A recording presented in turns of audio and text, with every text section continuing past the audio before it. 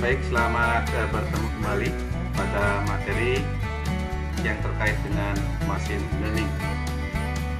Di sini khususnya kita akan berbicara tentang apa yang kita sebut dengan support vector machine algorithm. Nah, ini yang sering juga disebut dengan super vector network, dan ini merupakan bagian dari artificial intelligence. Nah, kelompok ini adalah kelompok yang disebut dengan knowledge-based classifier. Nah, support vector machine ini adalah metode pada machine learning yang dapat digunakan untuk analisis data. Ya. Kemudian juga kita mensortirnya dalam satu kategori. Ini dikembangkan oleh Vladimir tahun 63 ya, dan kawan-kawan gitu ya di Moskow. Nah, ini adalah algoritma pembelajaran mesin yang bisa dikelompokkan sebagai supervised ya. Jadi mesin terbimbing yang digunakan untuk masalah-masalah klasifikasi dan peramalan regresi.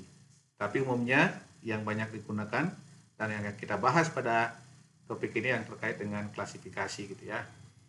Nah, di sini konsepnya sesungguhnya bagaimana. Yang pertama, kita akan membuat atau mencari fungsi ya, fungsi untuk memisahkan dua kelas ya, dua kelas dari suatu kelas gitu yang paling optimal. Nah, bidang pembagi itu ya, kalau dia multidimensi itu yang saya sebut dengan hyperplane. Jadi kita sesungguhnya akan membuat bidang hyperplane untuk memetakan dua kelas itu ya dengan suatu margin tertentu dan inilah yang akan menentukan ketelitian ya, besar kecilnya margin. Jadi nah, ini margin ini, jadi kalau suatu bidang nanti kita akan bidang hyperplane ini kemudian ada semacam band begitu ya, ada margin ya. Nah, ini untuk membatasi hyperplane ini perlu vektor pendukung ya. Jadi paling tidak ada dua vektor pendukung, vektor yang satu kelas dan yang satu kelas yang berikutnya. Nah, vektor-vektor itulah yang disebut dengan support vektor. Jadi ini termasuk sesungguhnya termasuk binary ya, binary classifier. Jadi kita membedakan jadi dua kelas saja. Nah, nanti kalau seandainya kita mengkelaskan lebih dari satu, maka proses pengklasifikasiannya bisa dilakukan bertingkat atau bertahap. Jadi sebagai ilustrasi yang saya jelaskan di sini, ini ilustrasinya ada dua kelompok kelas gitu yang akan kita pisahkan misalnya di sini. Nah, di sini pada saat kita akan membuat klasifikasi, ini kita akan menggunakan support vektor. Jadi support vektor yang dikelola di dalam komputer, makanya disebut dengan support vektor mesin. Jadi supportnya adalah untuk menentukan margin ya. Nah, sekumpulan dari koordinat-koordinat atau kubah itulah disebut dengan vektor ya, dan diolah dengan komputer. Nah, kalau kita dalam ilustrasi ini kita akan mencari fungsi pembeda yang terbaik ya antara dua kelas ini. Nah, dalam secara matematis supaya lebih memudahkan proses pembagiannya, biasanya yang kelas 1 yang disebut dengan diberikan notasi plus 1 misalnya di atas ini, di atas bidang ini ya. Yang berikutnya adalah minus 1. Itu sudah algoritmanya sudah demikian. Dan hanya untuk membedakan saja. Nah, inilah bidangnya ya. Kalau dua variabel ya bidangnya seperti ini garis ini. Ya, lebih dari situ akan berbentuk bidang. Nah, ini jadi dikelaskan sebagai 1, dikelaskan sebagai minus 1. Nah, jadi di sini kita akan mencari apa? Mencari anggota dari vektor ini yang terluar. Jadi misalnya grup yang satu ini adalah vektor terluarnya ini ya, grup yang berikutnya vektor luarnya ini. Nah, ini nih vektor-vektor inilah ini yang disebut dengan ya vektor ya, pendukung gitu ya. Jadi ada support vektor ya. Jadi ini yang berwarna pink untuk kelas minus 1 dan untuk yang warna hijau untuk yang plus 1. Nah, jadi kita akan mencari di dalam support vektor ini, mencari pembatas ini ya. Kita akan mencari support vektornya dan juga mencari bidangnya ya. Nah, ini ya.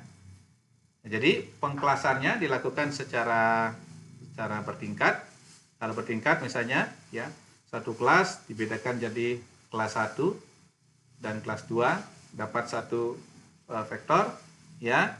Kemudian nanti untuk yang kelas 1 dipecah lagi misalnya jadi kelas 1 2 ya.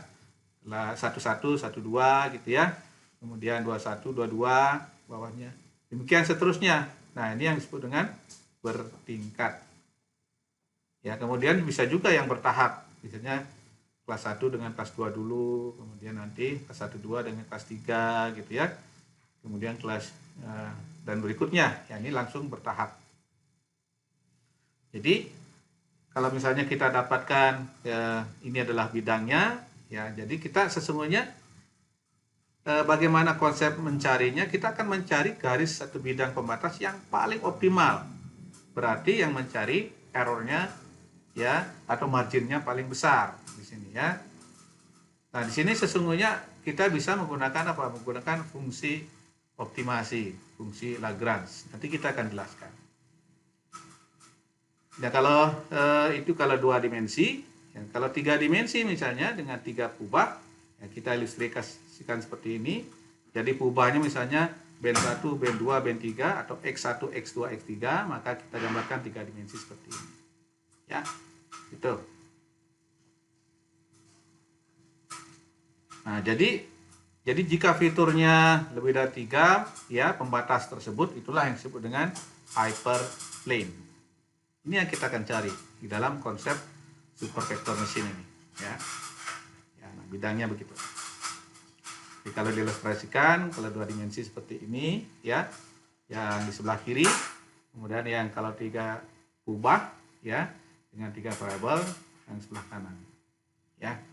Itu ya pengkelasannya. Jadi ada kelas plus 1 dan ada kelas minus 1 gitu ya.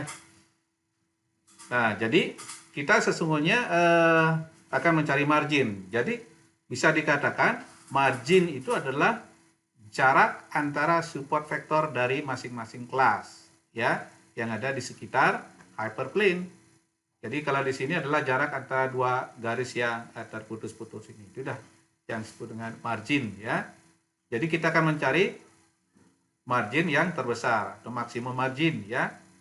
Ya, dimaksimumkan dengan mencari ya hyperplane yang mempunyai jarak terjauh ya. Nah, kalau kita lihat perbandingkan dengan margin yang sebelah kiri ini ya. Jadi dia walaupun bisa dipisahkan tapi marginnya lebih kecil ya. Nah, jadi kita nanti pada saat kita memilih hyperplane ini, kita akan memaksimumkan margin ya supaya kita mendapatkan kesalahan yang kecil. Nah, kita akan mencari support vektornya di sini ya. Jadi secara intuisi gitu, margin yang lebih besar akan menghasilkan performa klasifikasi yang lebih baik. Jadi kalau kita dengan pendekatan parametrik, maka bisa dikatakan margin yang lebih besar ini akan menghasilkan sparability yang lebih baik. Ya. Jadi bisa dikatakan bahwa support vektor ini adalah sebuah titik data atau kumpulan data yang berbentuk vektor yang paling dekat dengan hyperplane. Nah, dan yang mempengaruhi posisi hyperplane itulah yang disebut dengan support vektor. Karena vektor ini mendukung hyperplane, ya, maka disebutlah support vektor, ya. Jadi mendukung di kiri kanan atau atas bawah dari bidang hyperplane ini, ya. Jadi ada yang di sini ada negatif hyperplane, ada yang positif hyperplane. Nah, ini garis yang putus-putus ini adalah support vektornya ya. Dan ini adalah jaraknya, ini adalah maksimum margin dari hyperplane. Itu kelasnya ya. Jadi konsep hyperplane ini ya, di dalam memisahkan kelas ke dalam ruang yang berdimensi n, ada kemungkinan terdapat berapa garis keputusan gitu ya. Namun kita perlu menemukan batas keputusan yang paling baik ya, yang menghasilkan error yang paling kecil, margin yang paling besar. Nah, batas-batas terbaik inilah sering disebut dengan hyperplane dari support vector machine ini. Jadi bisa dikatakan bahwa hyperplane ini adalah bisa dinyatakan dalam fungsi matematis nanti adalah batas keputusan yang membedakan dua kelas dalam support vector machine ini. Jadi titik yang jauh di kedua sisi hyperplane dapat dikaitkan dengan kelas-kelas yang berbeda. Jadi memang algoritma ini ya support vector machine ini bekerja dengan cara memetakan data ke ruang fitur berdimensi n ya, berdimensi tinggi ya. Sehingga titik-titik itu dapat dikelaskan, dikategorikan ya. Dan bahkan dengan support vector ini kita bisa mengkelaskan ya bentuk-bentuk persamaan yang nonlinear. Jadi jika kita bisa berhasil menemukan, maka kita bisa mengkelaskan ya dan membentuk hyperplane ini. Ya. Jadi sekali lagi saya katakan bahwa support vector machine ini ya untuk mengkelaskan binary classes. Jadi kelas yang biner ya, dua kelas jadi. Jadi bertujuan mencari hyperplane, membagi semua vektor data sampel ya. Jadi dari training data itu kita kelaskan menjadi dua kelas ya. Jadi sederhananya begini, jika adanya seperti ini misalnya ya kita demikian ya. Jadi ini bisa linear misalnya, tetapi masih ada misklasifikasi seperti itu. Nah, nanti kita akan mencari ya yang klasifikasi pengklasan dengan hyperplane ini yang paling kecil kesalahannya dan marginnya paling besar. Nah, jika linear ya ternyata jelek kan, maka kita bisa menggunakan yang non-linear ya. Kita kembangkan yang non-linear. Jadi tidak hanya misalkan yang linear tapi yang non-linear ya. Demikian juga kalau seperti ini posisinya ya. Posisi seperti ini, maka dibuat non-linear masih juga dengan kesalahan yang besar, maka bentuk persamaannya nanti akan bisa menggunakan kernel gitu ya, nanti menghasilkan sebuah persamaan seperti ini. Ya, ini non-linearnya bisa nanti ordo 1, ordo 2, ordo 3 dan seterusnya. Jadi dengan persamaan polinomial ya, ini sudah polinomial atasnya. Nah, jadi secara sederhananya kalau kita ada kelompok misalnya, ini kelompok minus 1 dengan hanya satu kubah saja ya. Kalau satu kubah kan garis lurus saja ya. Pembatasnya di mana? Ya, pembatasnya adalah jarak dari piksel yang paling dekat dengan grup, antara grup 1 dengan grup lainnya. Jadi antara piksel-piksel yang berwarna orange dengan piksel-piksel yang berwarna hijau, gitu. Ada hyperplane-nya. Nah, ini yang warna jarak ya, inilah jarak yang warna pink inilah, itu yang saya sebut dengan maksimum margin. Jadi jarak terpendek dari observasi inilah yang disebut dengan margin. Jadi semakin besar margin, semakin bagus begitu ya. Jadi margin antara titik-titik yang paling dekat antara kelompok piksel yang minus 1 dengan yang 1. Kelompok 1, kelas 1 dan kelas yang lain ya. Ya, jadi kalau semakin dekat ya marginnya semakin kecil. Tapi di dalam dunia nyata ya akan sulit kita mengkelaskan seperti ini kan ideal gitu ya. Suatu saat bisa saja kita mendapatkan kelas-kelas yang demikian misalnya. Jadi akan sulit mencari dengan hyperplane yang berbentuk linear ya. Nah, maka penyelesaiannya apa? Penyelesaiannya dengan non-linear. Nah, tentu saja kalau non-linear bisa seperti itu. Nah, ini kalau seperti ini akan mencari ordo berapa dari polinomialnya. Ini akan menjadi sangat kompleks gitu ya kalau mengkelaskan terlalu banyak. Maka pada kasus-kasus seperti ini ya, maka datanya ditransformasi yang non-linear menjadi linear ya. Ya, misalnya dengan menggunakan transformasi menggunakan logaritmik ya. Nah, ini kalau kita transformasi datanya ini ya, jadi yang non linear seperti ini transformasi, misalnya setelah transformasi akan menjadi seperti itu. Ya. Nah, kalau sudah ditransformasi akan lebih mudah membuat hyperplane-nya. Ya. Nah, itu konsep itulah yang digunakan di dalam support vector machine yang non linear. Jadi sebagai contoh misalnya ada kelompok data, ternyata demikian kelompok data yang non linear ini ya. Jadi kalau kita datanya x, y-nya, x-nya sekian, kemudian ada label, ya, misalnya dari sejumlah data ini, jumlah data, ya, vektornya vektor x, di mana ini adalah koordinat dari dua kubah ini, x, y, begitu ya, dan labelnya minus 1, 1, 1, minus 1, dan seterusnya, ya, minus 1 itu, dan 1 itu kelas label ya. Nah, ini akan sulit membuat kalau kita menggunakan linear, maka digunakanlah ya ditransformasi. Nah, demikian, maka kalau sudah menjadi transformasi, kita akan buatkan bidang, memudahkan menambahkan hyperplane. Nah, jika persamaan ini didapatkan, maka akan memudahkan melakukan klasifikasi ya. Jadi setelah buat hyperplane, kita akan membuat kelasnya. Jadi pada prakteknya gitu ya, di sini untuk yang perlu transformasi ini biasanya menggunakan kernel ya, dilakukan dengan membandingkan transformasi yang dari data asli ke data hasil transformasinya. Nah, ini banyak bisa ditulis transformasinya seperti ini, jadi hasil karyanya ya.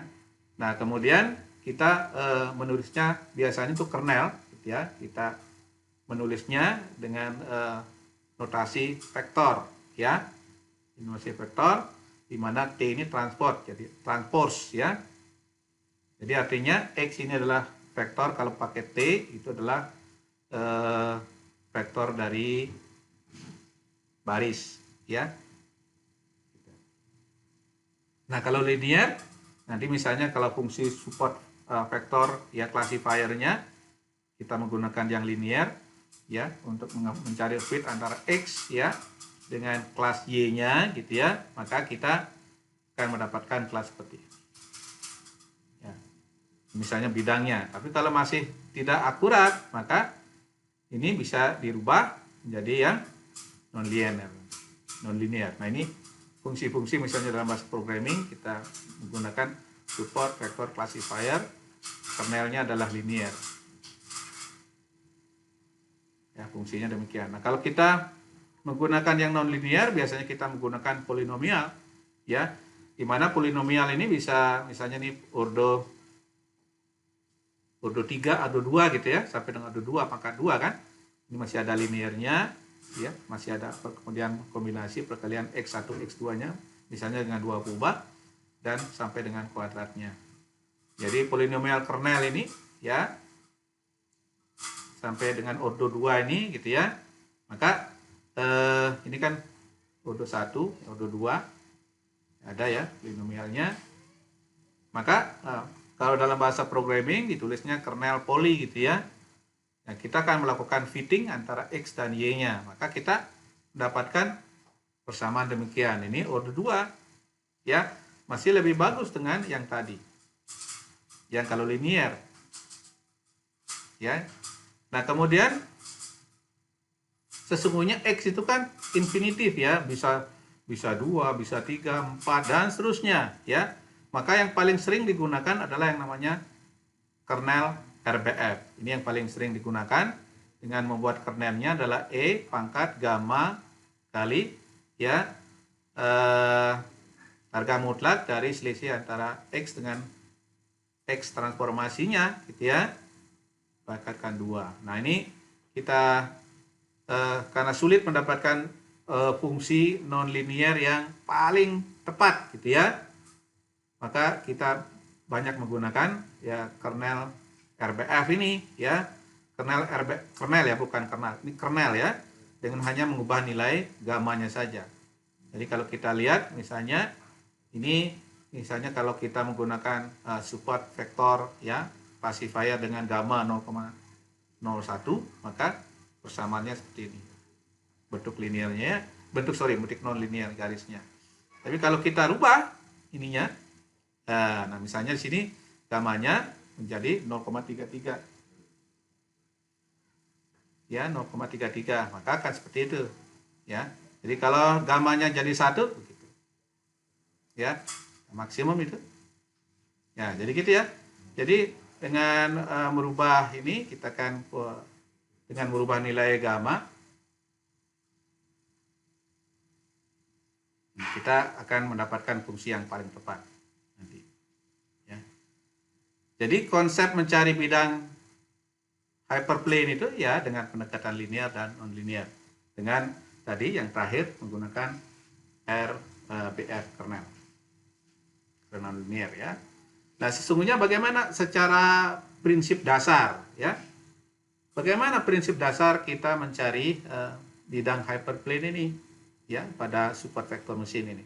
Jadi kalau kita tidak tahu gitu kan sejumlah training areanya banyak sekali pixelnya, maka bisa dilakukan dengan membuat garis acak ya. Buat aja garis acak misalnya gini ya.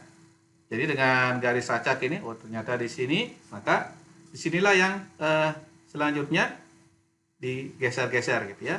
Uji coba, melakukan iterasi, makanya ini perlu iterasi. Ya, didapatkan demikian misalnya ya. Kalau di sini sudah melakukan translasi, ini translasi ini hanya menggunakan konstanta saja pergeseran yang demikian ini ya. Nah, kemudian dengan melakukan perubahan-perubahan ini ya dengan merubah slope tentu saja koefisiennya ya. Koefisiennya dirubah, maka kita akan mendapatkan nanti yang paling menghasilkan margin yang paling besar yang mana ya. Itu ya.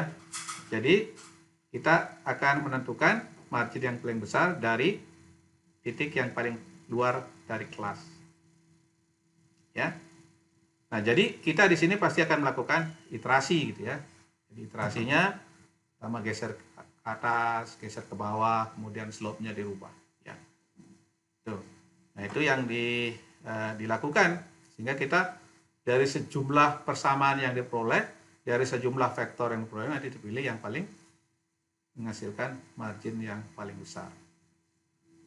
Ya, jadi kalau sederhananya begini supaya kita mudah memahami ya. Jadi kalau ada persamaan misalnya seperti ini ya. Di sini motongnya di 2, di sini motongnya di 3. Nah, ini adalah kalau dibuat persamaan ini Y sama dengan minus 2/3 ya tambah 6 gitu ya. Ini persamaannya. Perhatikan.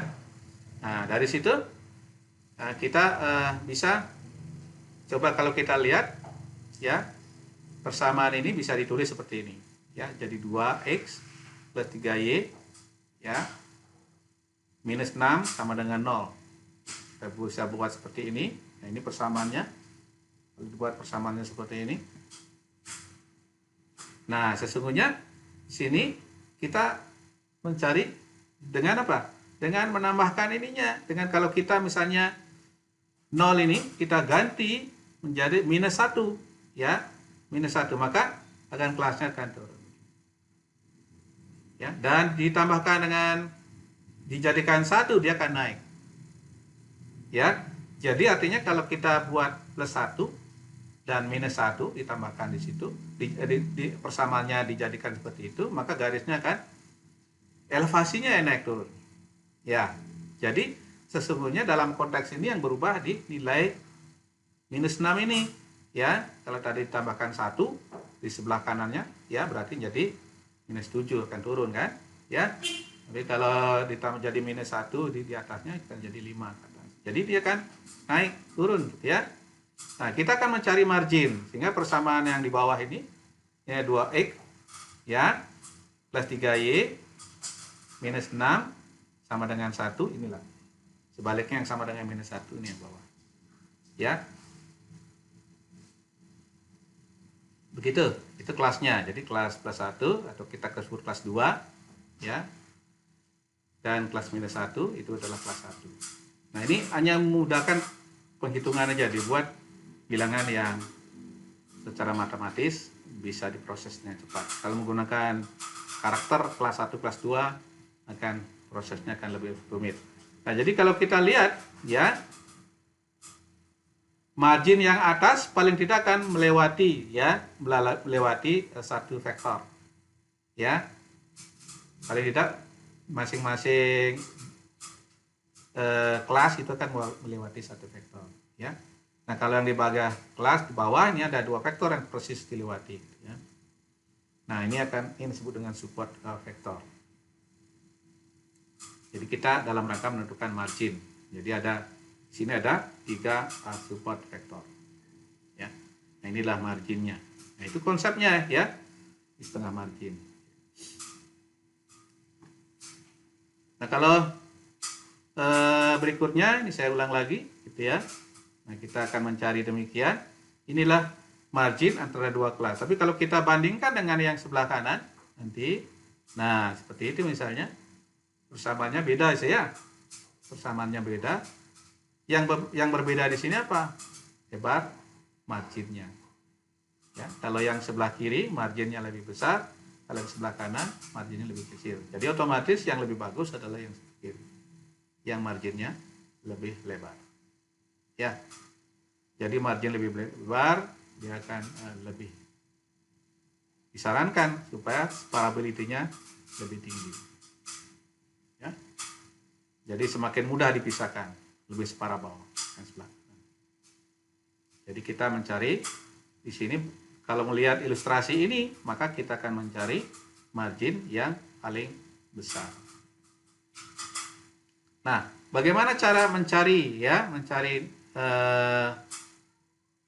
margin yang paling besar ini? Maka ya kita bisa membuat garis secara acak, ya, kemudian mencari margin atau kelasnya menggunakan namanya proses expansion margin. Jadi margin nanti dinaikkan, diturunkan, ya, supaya menghasilkan, ya, nanti dari sekian iterasi menghasilkan yang paling besar. Nah, jadi di prosesnya demikian, ya. Misalnya pertama diambil secara acak, ya, kemudian nanti diperbesar dulu begitu ya, nanti baru digeser, begitu ya caranya. Setelah dapat margin itu, kemudian dicari nanti margin yang paling besar dengan cara iterasi tentu saja di sini. Ya, dengan melakukan beberapa kali iterasi, biasanya bisa menggunakan 1000 kali iterasi gitu ya, supaya dapat yang paling baik. Nah, ini sesungguhnya proses mencari ini sama dengan menerapkan yang namanya perceptron algorithm. Jadi algoritma perceptron gitu ya. Bagaimana proses mencari margin ini? Mari kita lihat di sini. Ya, dalam ilustrasi yang tadi, ya, jadi kita lihat ini yang di tengah ini yang biru ini adalah bidang hyperplane-nya. M1 ini adalah kelas plus 1, yang abu-abu bawahnya adalah kelas minus 1. Ya, ini di tengahnya misalnya 2x plus 3y plus minus 6-nya itu, ya. Kemudian satu kelas M1, ya, diberi angka 1 dan yang satu kelas lagi diberi angka minus 1, ya. Maka itu kan hasilnya ya. Nah, gitu ya. Jadi kalau kita lihat di sini ya, ada pergeseran tentu saja. Nah, ini kalau ditambahkan 1, gitu. Tapi kalau tambahkan setengah akan lebih kecil ya pergeserannya. Bawah ini ya bandingkan. Jadi kalau persamaannya diganti dengan setengah itu kan kecil pergeserannya, ya. Ya, gitu ya. Kecil sekali karena setengah plus setengah minus setengah, ya. Nah, ini akan sangat mempengaruhi ya variability, ya. Jadi secara konseptual perceptron algorithm yang digunakan di support vektor ini adalah menggunakan 1 dan minus 1, ya. Tapi kalau kita lihat dari algoritma perceptron ini, jadi kalau kita kalikan misalnya persamaannya, kalau persamaannya itu dikalikan berapapun gitu ya, tetap aja kan sama ya. Ya, jadi kalau kita lihat misalnya dikalikan 1 akan seperti itu. Tapi yang berbeda jika persamaan itu dikalikan kemudian ditambahkan -1 dan 1 maka akan berbeda itu saja ya. Nah, jadi kalau persamaannya dikalikan 10 tentu saja baru sama dengan 1 dan -1 gitu ya. Maka coba lihat ini 1, ini akan besar ya. Kemudian yang kali lagi 100, ternyata antara 100 dan 10 ini nggak banyak berubah. Ya, nggak banyak berubah dengan angka besar. Tapi kalau kita kalikan dengan misalnya persamaan yang lebih kecil gitu ya nanti. Oke, kita bandingkan dulu yang 1 ini. Yang 1 kali, 2 kali gitu ya. 1 kali, 10 kali, 100 kali. Nggak banyak beda ya antara 10 dan 100 kali pergeserannya. Ya. Tapi jika kita pengalinya dikalikan di lebih kecil dari 1 gitu ya. Coba ini kali 1. Nah, kalau kasih setengah begitu, tapi kalau kita kalikan 0,25 seperti itu ya. Nah, kalau kita kalikan 0,1 gitu ya, besar sekali bedanya. Ya. Jadi kalau kita lihat ini ya. Jadi ya, kalau semakin kecil pengalinya, ininya akan semakin besar. Ya. Nah, jadi contohnya ini. Jadi kalau persamaan pengkelasnya tersebut sama dengan 0, itu dikalikan berapapun, itu akan tidak berubah, tidak pergeseran. Tapi kalau dikalikan dengan bilangan kecil, baru ditambahkan, baru diganti dengan -1 dan 1, itu akan menjadi sangat besar. Ya. Nah, coba ini kalau kita lihat, dikalikan berapapun dari yang tadi, nggak berubah ya. Persamaannya tetap aja yang di tengah. Jika sama dengan 0. Tapi kalau persamaannya dikalikan dengan bilangan yang 0,1 misalnya tadi, baru itu diganti, maka ini akan besar sekali pergeserannya. Ya. 0 kali 0 tidak. Nah, ini atas dasar inilah kalau kita bandingkan, jadi dalam perseptron algoritma ini, ya kalau kita kalikan, kalau kita lihat di sini, kalau persamaan sama dengan 0 sama di sini. Tapi kalau kita kalikan dengan 0,1, maka ini pergeserannya akan sangat sensitif ya. Ya, dibandingkan dengan kalau kita kalikan dengan angka besar. Ya. Nah, kalau kita lihat di sini gitu ya, dilihat di sini yang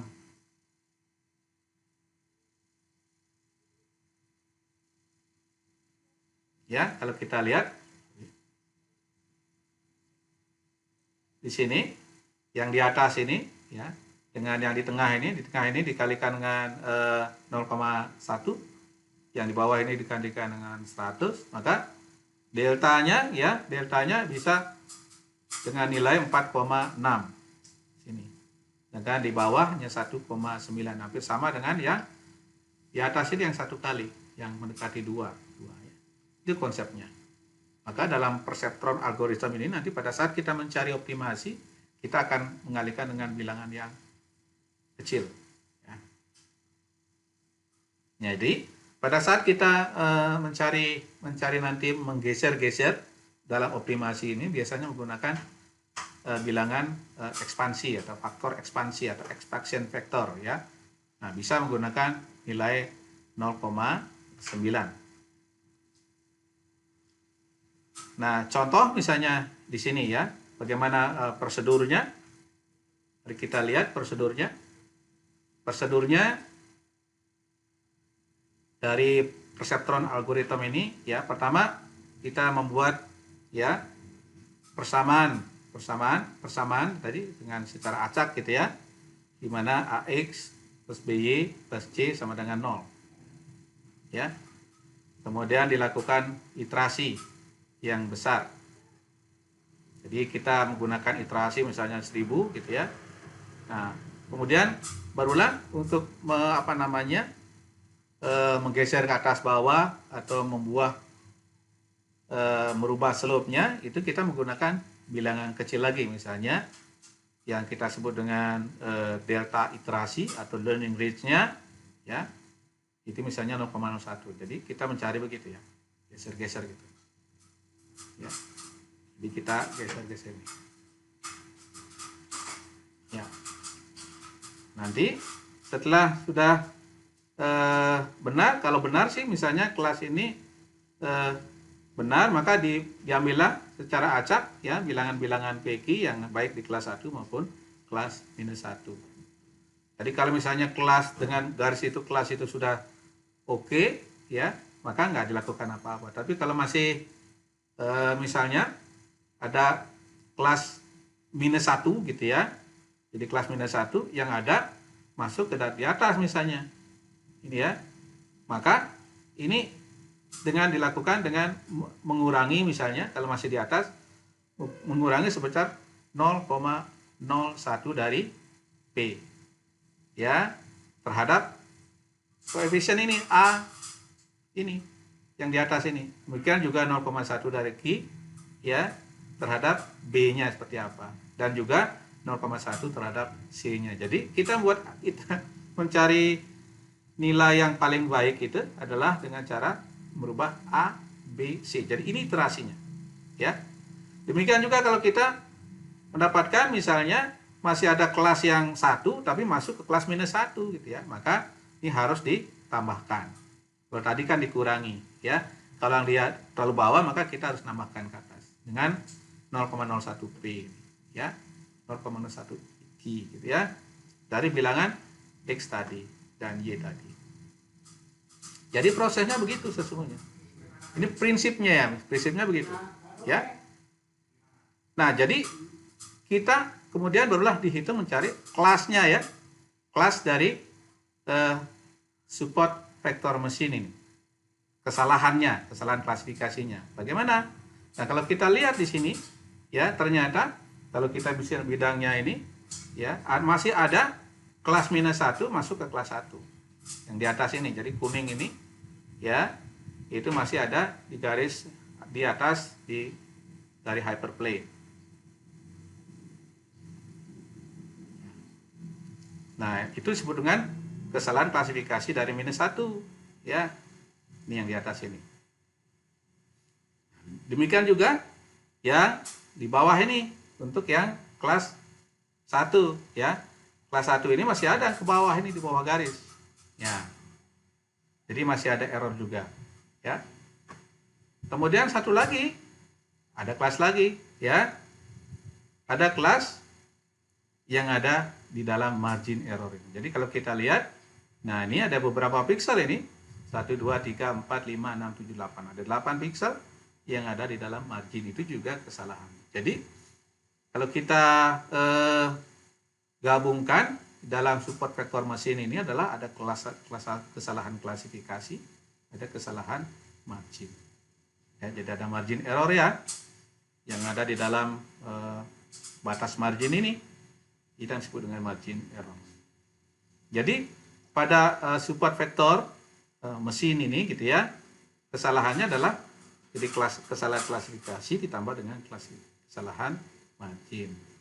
Jadi ada satu kesalahan klasifikasi dari dua kelas, misalnya dari kesalahan klasifikasinya dari -1, kemudian kesalahan klasifikasi dari +1, dan kesalahan dari dalam margin. Nah, itulah kesalahan pada support vektor mesin. Nah, itu sampai di kesalahan. Saya kira itu dulu penjelasan tentang prinsip dari support vektor mesin. Nanti kita akan lanjutkan pada bagian berikutnya.